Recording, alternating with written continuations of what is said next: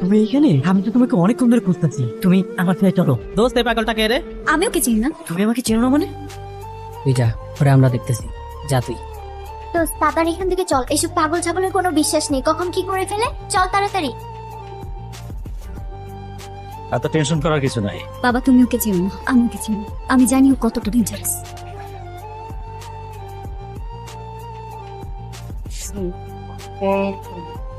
তোমাকে কিছু বলার ছিল। কিসের এত ভাব তোমার? কি মনে করো তুমি নিজেকে? তোমার কি ধারণা আমার পিছনে ছেলেরা ঘুরে না? আমার পিছনেও ছেলেরা ঘুরে, কিন্তু আমি ঘুরি তোমার পিছনে। তোমাকে কি আমি বলেছি আমার পিছনে ঘুরতে? না কখন কর,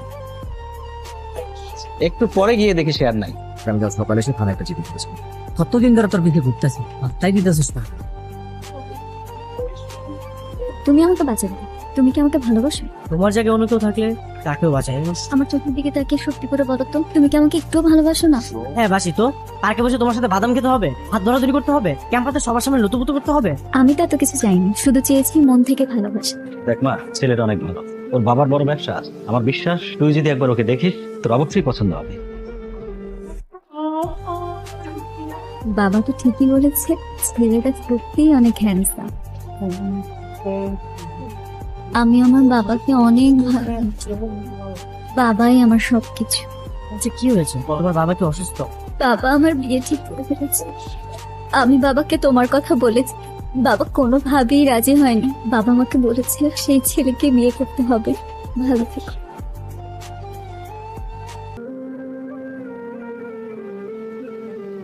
এখনো বউ হয়নি, হব। তোমার মতো ছেলেকে জীবন সঙ্গী হিসেবে পাওয়া তো প্রত্যেকটা মেয়ের স্বপ্ন। আমি প্রথম দেখাতেই তোমার প্রেমে পড়ে গেছি। তারপর আমার কাছে মিথ্যা কান্নাকাটি করে আমাকে চিরবিদায় জানিয়ে ওর সাথে নতুন করে শুরু করেছিস?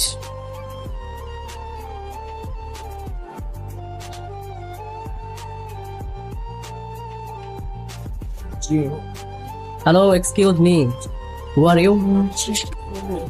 এমন অনেক কেন করলি তুই আমার সাথে? তুমি এখান থেকে চলুন। আমি যাবো মানে? আমি কোথাও যাবো না। তুই আগে আমাকে জবাব দে। এই, আমি তোর পিছনে ঘুরেছিলাম? আমি তো তোকে পাত্তাও দিতাম না। তুই আমার সাথে গায়ে পড়ে প্রেম করেছিলি।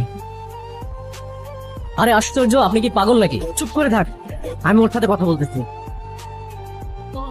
ভদ্রভাবে কথা বলো, শুনে আমার কি হচ্ছে? এই ভদ্রতা তোর থেকে আমার শিখতে হবে।